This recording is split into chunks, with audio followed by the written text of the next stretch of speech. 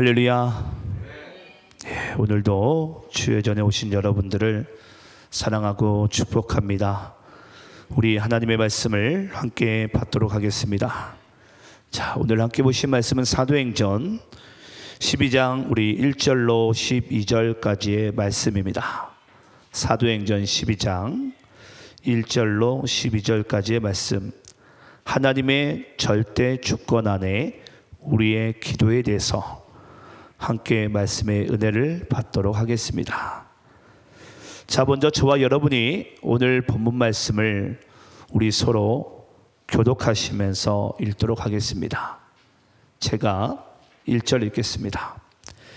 그때 헤롯 왕이 손을 들어 교회 중에서 몇 사람을 해하려 하여 요한의 형제 야고보를 칼로 죽이니 유대인들이 이 일을 기뻐하는 것을 보고 베드로도 잡으려 할세 때는 무교절 기간이라. 잡음에 옥에 가두어 군인 내식인 네 패에게 맡겨 지키고 유월절 후에 백성 앞에 끌어내고자 하더라. 이에 베드로는 옥에 갇혔고 교회는 그를 위하여 간절히 하나님께 기도하더라. 헤롯이 잡아내려고 하는 그 전날 밤에 베드로가 군인 틈에서 두 쇠사슬에 매어 누워 자는데 박수인들이 문 밖에서 옥을 지키니라. 호련히 주의 사자가 나타나매 옥중에 광채가 빛나며 또 베드로의 옆구리를 쳐 깨워 이르되 급히 일어나라 하니 쇠사슬이 그 손에서 벗어지더라. 천사가 이르되 띠를 띠고 신을 신으라 하거늘 베드로가 그대로 하니 천사가 또 이르되 겉옷을 입고 따라오라 한대 베드로가 나와서 따라갈새 천사가 하는 것이 생시인 줄 알지 못하고 환상을 보는가 하니라. 이에 첫째와 둘째 파수를 지나 시내로 통한 쇠문에 이르니 문이 저절로 열리는지라. 나와서 한 거리를 지나매 천사가 곧 떠나더라. 이에 베드로가 정신이 들어 이르되 내가 이제야 참으로 주께서 그의 천사를 보내어 나를 헤롯의 손과 유대 백성의 모든 기대에서 벗어나게 하신 줄 알겠노라 하여 깨닫고 마가라 하는 요한의 어머니 마리아의 집에 가니 여러 사람이 거기에 모여 기도하고 있더라. 아멘. 자, 오늘은 우리가 사도행전 12장 말씀을 통해서 하나님의 절대 주권 안에 우리의 기도에 대해서 함께 말씀의 은혜를 받도록 하겠습니다. 먼저 질문으로서 오늘 말씀을 시작해 보겠습니다. 여러분들은 하나님을 믿는 사람으로서 하나님은 공평하신 하나님이심을 믿으십니까? 네, 다시 한번 말씀드려 볼게요. 하나님은 공평하십니까? 저는 가끔 이제 뉴스를 보거나 또는 이제 선교지에서 들려오는 소식들을 접해 보면요, 이 공평하신 하나님을 참 믿기가 힘들어요. 네, 목사이지만 제가 가령 몇 가지 예를 좀 들어보겠습니다. 첫 번째는 이 태생의 문제인데요. 누구는 태어나자마자 이 금수저를 가지고 태어난다 그래요. 또 누구는 태어나자마자 보니까 흙수저를 가지고 태어난다라는 거죠. 여러분 도대체 왜 그럴까요? 하나님이 공평하시면. 두 번째로 외모의 문제인데요. 누군 태어나자마자 누가 봐도 잘생기고 누가 봐도 이뻐요. 근데 난 태어나 보니까 이런 밉상이 또 이런 밉상이 없어요. 여러분 도대체 왜 그럴까요? 하나님이. 세 번째는 생활 환경의 문제인데요. 어떤 사람들은 분쟁의 땅인 이 난민촌에 사는 이들이 있고요. 또 어떤 이들은 갑작스럽게 자신이 잘못하지도 않았는데 큰 시험과 문제에 빠지게 되고요. 또는 큰 질병을 앓는 자들이 있습니다. 여러분 이것은 도대체 왜 그럴까요? 예, 제가 너무 주일 오전부터 어려운 질문으로서 말씀을 시작했는지 모르겠는데요. 여기까지는 좋습니다. 그건 그럴 수도 있지. 또는 하나님의 뭔가 뜻이 있겠지라고 우리가 생각하고 그런 태생의 문제나 외모의 문제나 또는 우리가 또 환경의 문제를 그래 받아들일 수 있어요. 믿음으로.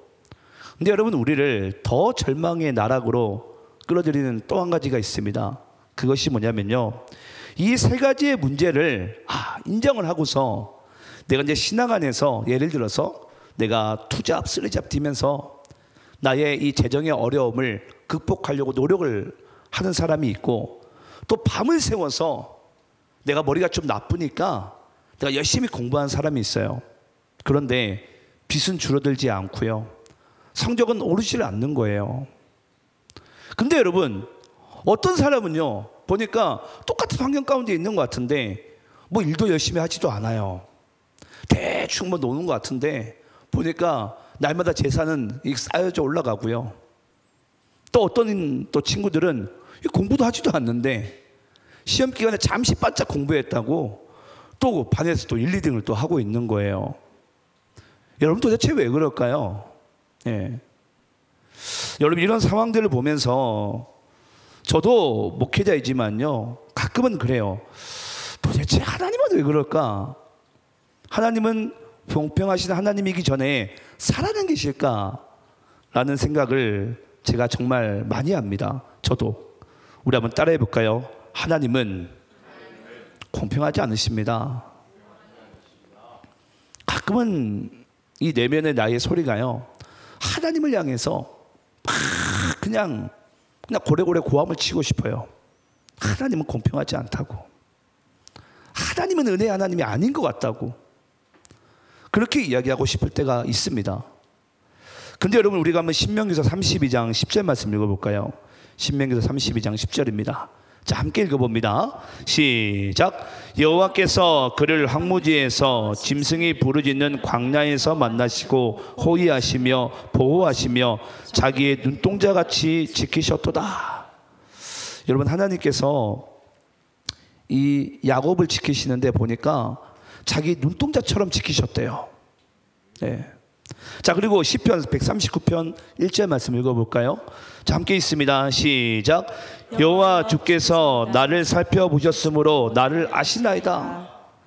다윗의 고백인데요, 하나님께서 나를 나보다도 더 잘 아시는 마음으로 나를 보살폈다라는 거예요. 자, 그리고 누가복음 12장 7절 말씀도 읽어보겠습니다. 자, 함께 있습니다. 시작. 너희에게는 심지어 머리털까지도 다 세신 바 되었나니 두려워하지 말라. 너희는 많은 참새보다 더 귀하니라. 하나님께서 우리를 지키시는데, 위하시는데 우리의 머리털까지 세신 바 되셨대요. 이건 우리의 모든 것을 다 아시고 하나님께서는 우리를 지키시는 하나님이시래요. 여러분 신명기 말씀과 시편 말씀과 누가복음 말씀 보아하니 하나님이 일부러 우리에게 너 한번 고난 한번 제대로 당해봐라, 아니면 내가 너를 특별히 미워하니까 너는 이렇게 고난당하면서 평생 살아봐라, 이런 하나님은 아닌 것 같아요. 말씀을 보니까. 예, 여러분 그렇지 않습니까?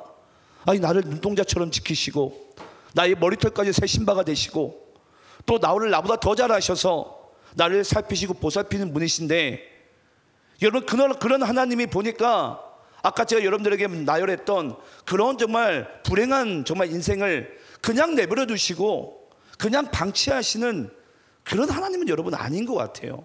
예. 근데 여러분 제가 지난 주인가요? 이런 말씀을 드린 적이 있어요. 우리가 때로는 하나님을 믿지만 믿음 가운데 살아가다 보면요 정말 이유 없는 큰 어려움과 문제를 딱 만나게 되면 나도 모르게 막 하나님을 향해서 고래고래 소리를 지르게 돼요. 저도 며칠 전에 소리를 질렀습니다. 하나님께 와 하면서 하나님 도대체 나한테 왜 그러냐고 하나님께 고래고래 소리를 질렀어요. 때로는 저도 목회자이지만 그렇게 하나님을 원망스럽게 저도 막 그냥 외칠 때가 있어요. 그런데 여러분 제가 지난 시간에 말씀드렸지만 우리가 무언가 모르겠지만은 하늘을 향해서 내가 그렇게 소리를 칠 수 있고 원망할 수 있다는 것은 여러분 우리가 하나님이라는 존재를, 신이라는 존재를 우리 믿고 있다는 증거가 된다는 사실을 잊지 마시기 바랍니다. 쉽게 이야기를 하자면요, 내가 원망할 대상이 있으니까 원망이라는 걸 하는 거예요. 만약에 우리들의 모든 인생이 그냥 신은 없고 그냥 운에 따르고 복불복에 따른 인생이라면요, 우리는 원망할 대상이 없기 때문에 원망조차 할 수 없어요. 근데 우리가 때로는 인생을 살다 보면요, 나는 왜 그럴까? 나는 왜 이렇게 살아갈까? 라는 그 물음표 가운데 우리가 받아들이지 못할 때, 나의 믿음이 그걸 때로는 너무 버거울 때, 그때 우리가 누군가에게 외칠 수 있다는 것은요, 내가 그래도 하나님을 믿고 있구나. 나에게 원망할 그 대상이 있으니까 우리는 그 다 큰 계획과 뜻을 알지 못하지만 우리는 원망이라는 것을 한다는 것입니다. 오늘 여러분들은요, 오늘 본문 말씀을 어떻게 읽으셨는지 모르겠지만요, 오늘 본문에서 하나님께서는요, 이 야고보 사도와 베드로 사도를요, 차별하면서 대하십니다. 예. 먼저 제가 배경을 좀 말씀드리면요, 오늘 본문 사도행전 12장의 배경이 어떠냐면요, 헤롯이라는 왕이 나옵니다. 유대 땅을 다스렸던. 근데 그 헤롯은 예수님 탄생 당시에는 헤롯 대왕이었는데, 그 헤롯 대왕에게는 손자 헤롯 아그리빠 왕이 있습니다. 근데 지금 이 사도행전 12장 당시에는 헤롯 아그리빠 왕이 유대 땅을 통치할 때예요. 헤롯 대왕은 죽고 할아버지는 죽고. 근데 그 헤롯 아그리빠가요, 유대 땅을 통치하다 보니까 이 유대인들이, 특히 종교 기득권자들, 종교 기득권자들이 보니까 예수 믿는 사람들을 잡아들이고 그들을 죽이는 것에 대해서 엄청난 희열과 자부심을 느끼더라는 거죠. 그래서 헤롯 아그리빠가요, 머리를 쓰게 됩니다. 아, 내가 이 왕의 자리를, 분봉왕의 자리를 지키기 위해서는 내가 저 종교 기득권자들의, 유대인들의, 내가 그들의 뭔가 기뻐하는 그런 일을 해야 되겠다. 그래서 헤롯은요, 원래 예수 믿는 사람들과 전혀 관계가 없는 사람인데 그가 나서가지고 예수 믿는 사람들을 이제 잡아 족치기 시작합니다. 자, 그 말씀을 우리가 한번 읽어 나가 볼 텐데요, 우리 오늘 본문 1절 2절 말씀을 함께 한번 읽어보겠습니다. 자, 본문 1절 2절입니다. 자, 우리 교독하면서 읽겠습니다. 제가 1절 있습니다. 그때 헤롯이 손을 들어 교회 중에서 몇 사람을 해하려 하여 요한의 형제 야고보를 칼로 죽이니. 자, 헤롯 왕이요, 아, 내가 이 분봉왕의 자리를 지키려면 기독교인들을 내가 잡아 죽여야 되겠구나. 그러면서 12사도 중에 가장 첫 번째로 순교한 사람이 누구냐면요, 바로 야고보예요. 야고보 사도가 12사도 중에 가장 먼저 순교를 하게 됩니다. 근데 보니까 야고보는 누구의 형제죠? 요한의 형제예요. 여러분, 요한은 몇 세까지 산 줄 아십니까? 대략 90에서 100세 사이, 뭐 90세, 95, 대략 이 정도 유출을 합니다. 한마디로 장수라며 살아요. 아니, 똑같은 뱃속에 태어났는데요, 한 형제는 보니까 장수하면서 90세가 넘도록 살게 되고요, 똑같은 엄마의 뱃속에 태어났는데 보니까 똑같이 예수 믿고도 야고보 사도는 가장 먼저 순교를 하는 거예요. 자, 질문을 해볼까요? 하나님이 도대체 왜 그럴까요? 아니, 뭔가 사도로 부르심 받았다면 야고보도 뭔가 사도로서 꽃도 피워보고 뭔가 좀 이렇게 뻗질나게 뭔가 좀 이뤄보고 뭔가 좀 남자로 태어나가지고 뭔가 자기 이름을 좀 내비치고 그런 모습으로 살고 싶지 않았을까요? 야고보도 아마 그도 몰랐을 거예요. 와, 내가 이렇게 빨리 내가 순교를 하다니. 근데 도리어 똑같은 뱃속에 태어나고 예수도 똑같이 믿었는데 사도 요한은요, 밤웃음에서 장수하며 살아갑니다. 아, 도무지 하나님을 모르겠어요. 하나님 도대체 왜 그러실까? 왜 그러실까? 자, 그리고 여러분, 이 헤롯이요, 또 가만히 있지 않습니다. 야고보만을 죽이려고 하지 않아요. 우리 3절부터 5절까지 말씀을 또 한번 교독하면서 읽어보겠습니다. 제가 3절이 있습니다. 유대인들이 이 일을 기뻐하는 것을 보고 베드로도 잡으려 할세 때는 무교절 기간이라. 잡음에 옥에 가두어 군인 내식인 네 패에게 맡겨 지키고 6월절 후에 백성 앞에 끌어내고자 하더라.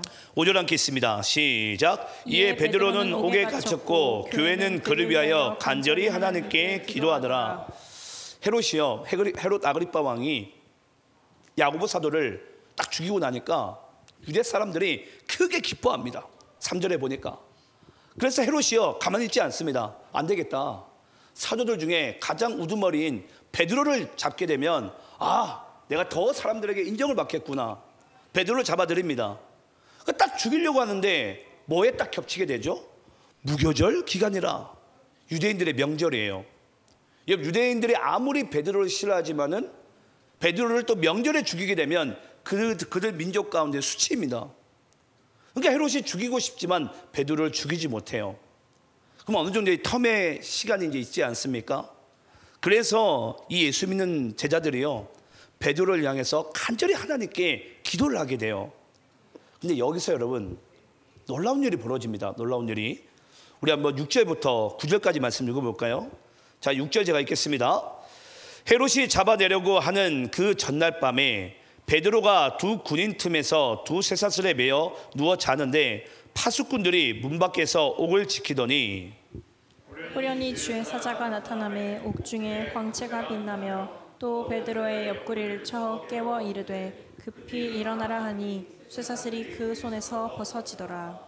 천사가 이르되 띠를 띠고 신을 신으라 하거늘 베드로가 그대로 하니 천사가 또 이르되 겉옷을 입고 따라오라 한대 베드로가 나와서 따라갈새 천사가 하는 것이 생시인 줄 알지 못하고 환상을 보는가 하니라.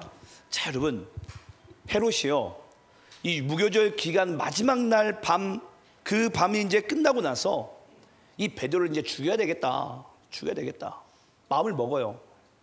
근데 갑자기 놀라운 일이 벌어지게 됩니다. 갑자기 주의 사자 천사가 나타나더니 이 베드로를 쇠사슬을 풀게 되고요, 내가 너한테 이제 띠를 띌 테니까 너는 이제 나를 따라와라. 그 길로 여러분 베드로는요 이제 더 이상 유대 땅 예루살렘에서 복음을 전하지 못하고 그 길로 베드로는 이방 땅에서 남은 인생을 복음을 전하는 인생을 살게 됩니다. 네. 그리고 여러분 베드로가요 나중에 20년 뒤에 이 로마 황제가 네로 황제일 때, 여러분 네로 황제 때가 가장 기독교 박해가 심했던 건 아실 거예요. 그 네로 황제일 때 베드로가 20년 뒤에 이 십자가에 거꾸로 매달려 가지고 순교를 하게 됩니다. 와, 여러분 뭔가 조금 약간 이상하지 않으세요? 아니, 하나님이 야보고 사돈 잡혔을 때는 그냥 죽게 그냥 고스란히 내버려 두시더니, 아니 베드로 사도가 잡히니까 교인들이 다 같이 기도하게 만드시고 그를 풀어주는 거예요. 그러면서 야보고보다 베드로가 나이가 더 많거든요. 그런데 20년을 더 살게 하는 거예요. 아, 여러분 공평하신 하나님 맞습니까? 아니, 공평한 게 맞아요? 이게 여러분 어떻게 공평합니까? 똑같이 예수 믿고, 아니 베드로가 야보고보다 나이가 더 많으면은 더 빨리 죽어야지. 여러분 이게 공평한 게 아니에요? 아마 여기 있는 분들 중엔 아마 그럴 거예요. 뭐 그럴 수도 있지. 그럴 수도 있지라는 생각을 왜 하는 줄 아세요? 내일이 아니거든요. 내일이 아니니까. 저는 오늘 말씀 보면서 그랬어요. 하나님은 왜 야보고 사도는 그냥 죽게 내버려 두시고 베드로는 교인들을 함께 기도하게 하셔가지고 그를 살리셨을까? 근데 여러분 이것을요 우리가 한번 쉽게 대답해보면, 뭐 이유를 찾아보자면, 하나님의 이유를, 야보고 사도일 때는 교회가 기도하지 않았고 베드로가 잡혔을 때는 교회가 기도해서 하나님께서 베드로를 살려주셨다. 여러분 맞습니까? 그럼 제가 한번 질문을 바꿔볼까요? 만약에 야보고 사도가 잡혔을 때 교회가 기도했으면 하나님이 야보고를 살려주셨을까요? 만약에 베드로 사도가 잡혔을 때 교회가 기도하지 않았다면 하나님이 베드로를 죽였을까요? 여러분들이 여기 앉아 계시니까, 다 같이 앉아 있으니까 그러네. 여러분 이게 내일로 닥치게 되면요, 우리가 보기엔 여러분 우리는 기도를 하나님께 한다고 하지만 하나님의 절대 주권을 우리가 하나님을 믿는다 하지만 실제 내 삶에 이런 일이 벌어지면요 우리는 하나님을 믿지 못합니다. 그러면서 이런 말도 하죠. 기도도 하지 말자. 어차피 하나님 뜻대로 됐고. 아마 그런 생각들을 여기 있는 분들 중에 아마 조금은 아마 해보셨을 것 같아요. 저도 여러분 제가 목회를 하다 보면요 가장 많이 듣는 질문 중에 하나가 이런 질문이었고, 저도 가끔은 이 부분을 제가 이제 예전에는 율법처럼 제가 오해를 해가지고, 만약에 예를 들어서 저희 교회 내에서 어려운 일이나 큰 문제나 또 재정적인 어려움이 닥치게 되면요 저도 그렇게 해석을 했어요. 하나님께서 우리 교인들에게 조금 더 기도 많이 하는 목회자, 조금 더 하나님의 말씀을 잘 전하게 하는 목회자로 나를 세우셨으면 우리 교인들은 고생을 안 했을 텐데, 우리 교회가 그런 큰 문제 가운데 빠지지 않았을 것이고, 하나님께서 우리 교회에 재정적인 어려움을 주지 않았을 것인데, 여러분 저의 탓이죠. 그게 맞지 않습니까 여러분?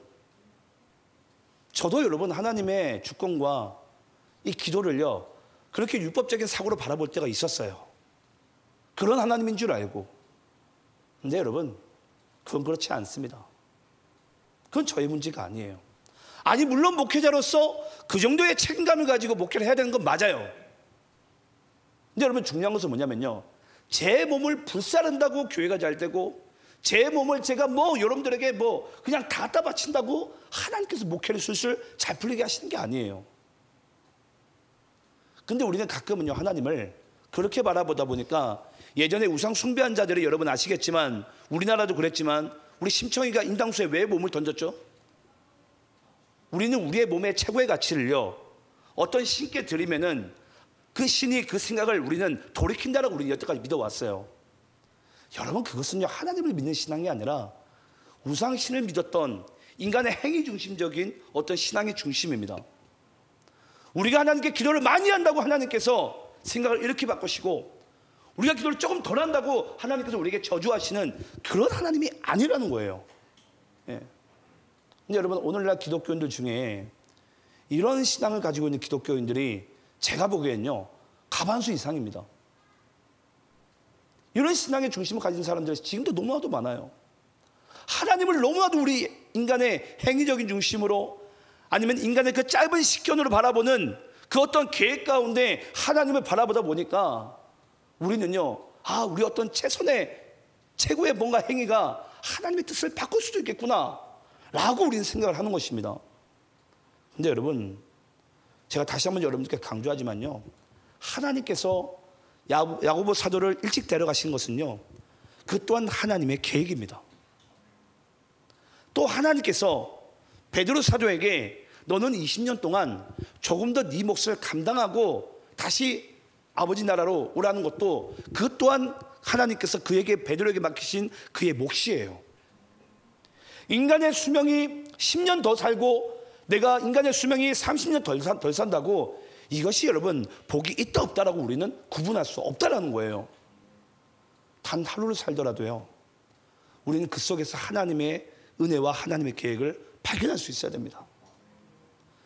내가 10년 30년 더 길게 사는 게 중요한 것이 아니고요, 그 사는 날 동안에 오늘도 우리는 하나님께서 우리를 향하신 계획과 뜻이 무엇인지, 내 남은 인생을 하나님께서 지금도 더 살게 우리에게 허락하셨다면 그 더 살게 하신 동안에 하나님께서 나에게 주신 그 은혜의 몫은 무엇인지를 우리가 발견하는 인생이요 가장 복된 인생임을 믿습니다.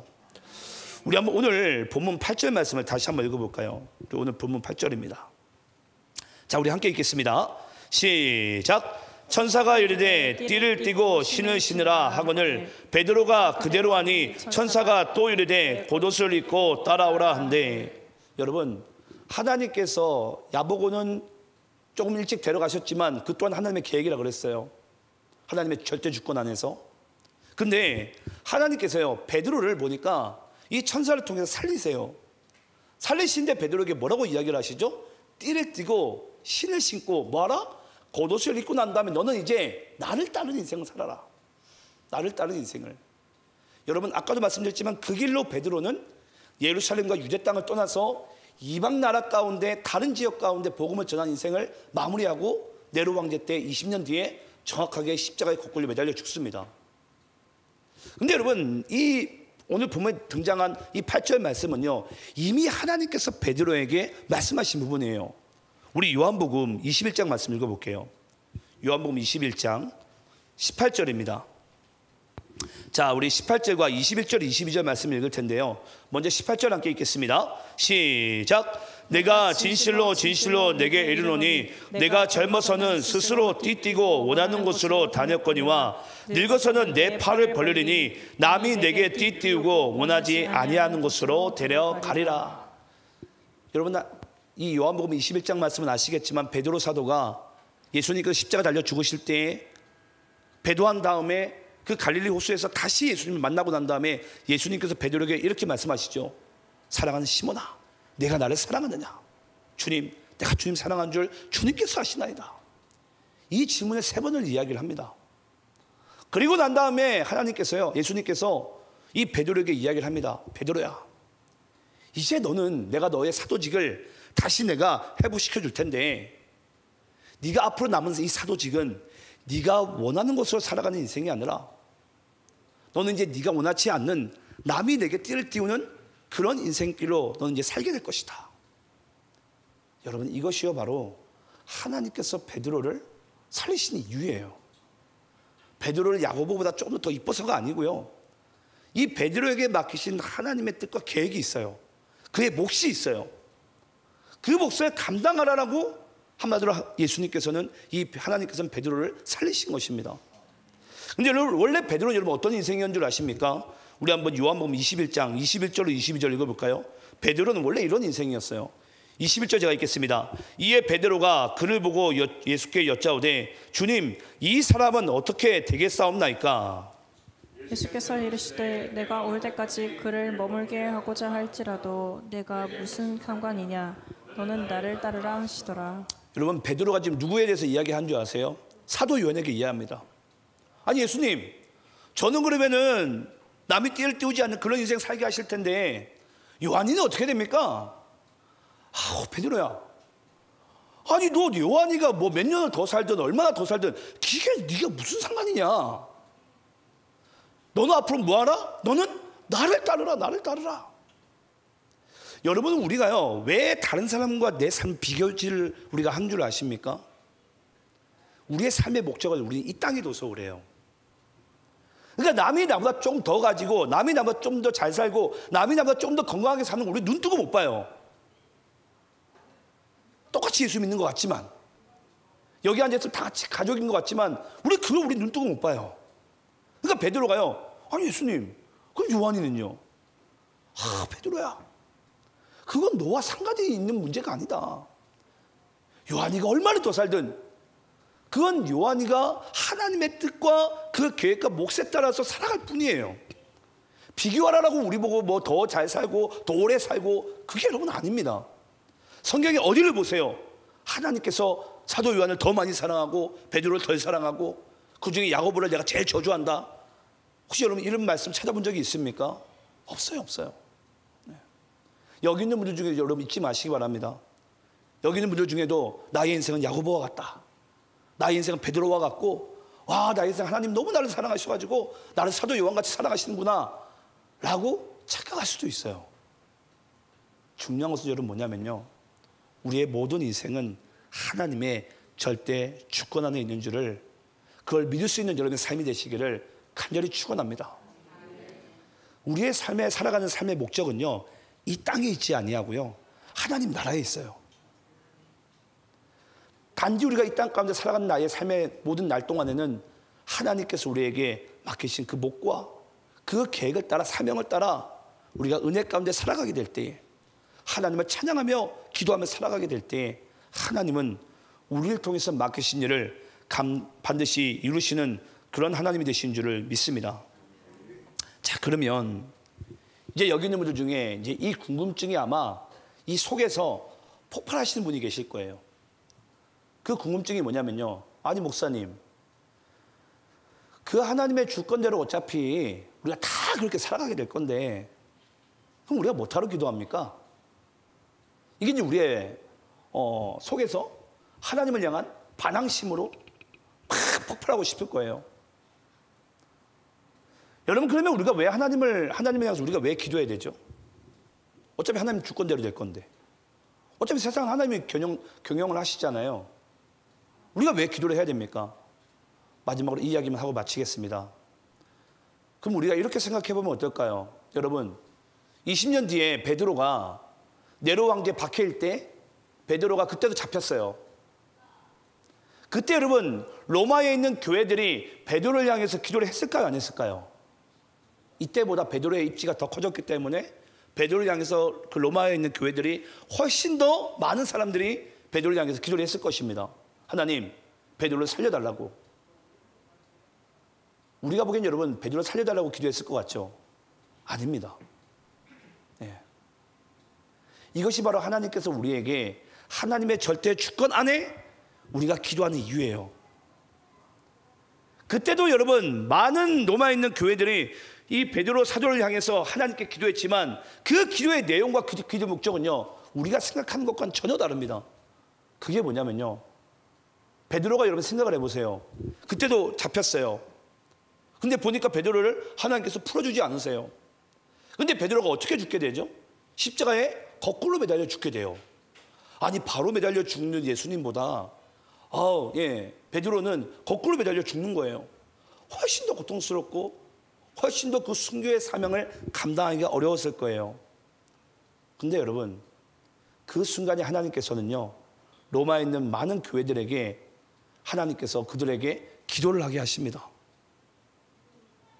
하나님께서 우리에게 기도를 하게 하시는 목적은요, 하나님 베드로를 고쳐주세요, 하나님 베드로를 풀려나게 해주세요, 하나님 베드로의 문제를 해결하게 해주세요가 아닙니다. 우리 한번 따라해 볼까요? 하나님, 우리가 하나님께 기도함으로 하나님께서 일하시는 모든 절대 주권에 함께 동참하는 자로 살게 하소서. 여러분, 베드로가 자기 일생일 때 가장 큰 힘이 되는 순간이 언제인 줄 아십니까? 내가 이 순교의 잔을 마셔야 되는데, 내가 이 일을 감당해야 되는데, 그걸 감당하는 그 순간에 모든 교우들이 이걸 내가 순교의 사명을 감당할 수 있도록, 하나님의 일에 내가 동참할 수 있도록 기도하는 그 소리를 통해서 이 베드로가요, 그 순교의 잔을 감당하게 됩니다. 여러분, 이게 뭔지 아십니까? 이게 바로 우리가 하나님의 일에 동참하는 거예요. 저는 저를 아시는 분이 있는지 모르겠는데, 저는 제가 예전에 선교에 대한 비전이 있었어요. 하나님께서 나에게 왜 선교를 안 보낼까라는 게 제 기도 제목이었어요. 근데 저는 지금도 제가 선교를 하고 있습니다. 전 지금도요, 제가 기도하는 순간에 대부분의 시간 가운데 저는 잊지 아니하고 선교지와 선교사님들을 위해서 기도를 해요. 하나님께서 오늘도 하나님의 절대 주권 안에, 물론 하나님의 뜻 가운데 되겠지만 그 하나님의 뜻 가운데 예수 믿는 자들이 함께 기도함으로써 하나님께서 일하시는 그 일에 우리 모두가 동참하기를, 그 일을 가지고 우리가 하나님께 영광 돌리기를 기뻐하는 마음 가운데 절대 주권 속에서도 우리의 기도가 필요한 것입니다. 그걸 예수 믿는 자를 통해서 하나님께서는 이루기 원하시는 거예요. 앞으로 저는 여러분들의 기도가요, 조금 더 성장하셨으면 좋겠어요. 나에게 문제가 있다고, 질병이 있다고, 나에게 어려움이 있다고, 하나님 이 질병 고쳐주시고요, 이 문제 해결해 주시고요, 지금 나에게 이 어려움이 떠나게 해주세요. 그게 아니라, 하나님 이 순간에도 나와 함께 하시고 일하신 하나님, 내가 그것을 발견하고 하나님의 그 영광에 동참하는 그런 인생 살게 해달라고 기도할 수 있는 여러분들의 삶이 되시기를 간절히 축원합니다. 우리 함께 기도하겠습니다.